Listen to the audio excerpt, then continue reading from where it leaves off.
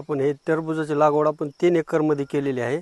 आपण साधारण 3 एकरमध्ये 70 ते 80 हजार रुपये खर्च केलेला आहे. आपण गेली 3 वर्ष टरबूजाचं पीक घेत होतो. पारंपरिक पिकाला आपण पारंपरिक पिकापासून आपण हे करून नवीन काहीतरी करण्यासाठी आपण गेली 3 वर्ष टरबूजाचं पीक घेत होतो. गेली 2 वर्षांना आपल्याला टरबूजातून पुरेपूर फायदा झाला म्हणून आपण गेल्या वर्षी आपलं 1-1.5 एकरच टरबूज होतं, पण यावर्षी फायदा होत आहे म्हणून आपण 3 एकर टरबूज लावलं. साधारण त्याला 70 ते 80 हजार रुपये आपण खर्च केला टरबूजाला आणि आपण अपेक्षित धरलं होतं 3 ते 3.5 लाख रुपये उत्पन्न. पण हे जागतिक महायुद्ध इराणचं युद्धाच्या ह्याच्यामध्ये माल तर आपण भरपूर काढला, ते 20 टन माल होईल सरासरी, पण ह्या युद्धामुळे व्यापारी आले, बाहेर ट्रान्सफर होत नाही म्हणून त्यांनी 6-7 रुपयानं मागून गेले.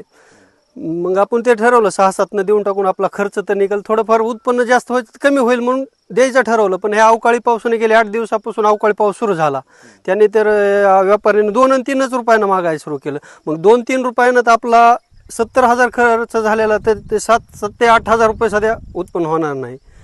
म्हणून आपण आता हे असं इतकं नुकसान झालं आहे आमचं की ते आपण नुकसान कुठंच भरून काढू शकत नव्हतं. काय मागणी असणार आहे शासन स्तरावरती? आपण शासन स्तरावर आपण याला तर काय कुठलं अनुदान देणार नाही शासन, पण यानंतर कुठंतरी शासनानं असं वेलवर्गीय पिकाला अनुदान ठेवावं, त्यासाठी विमा काढावा, जेणेकरून शेतकऱ्यांनी जेवढा खर्च केलाय तो खर्च तरी निघल.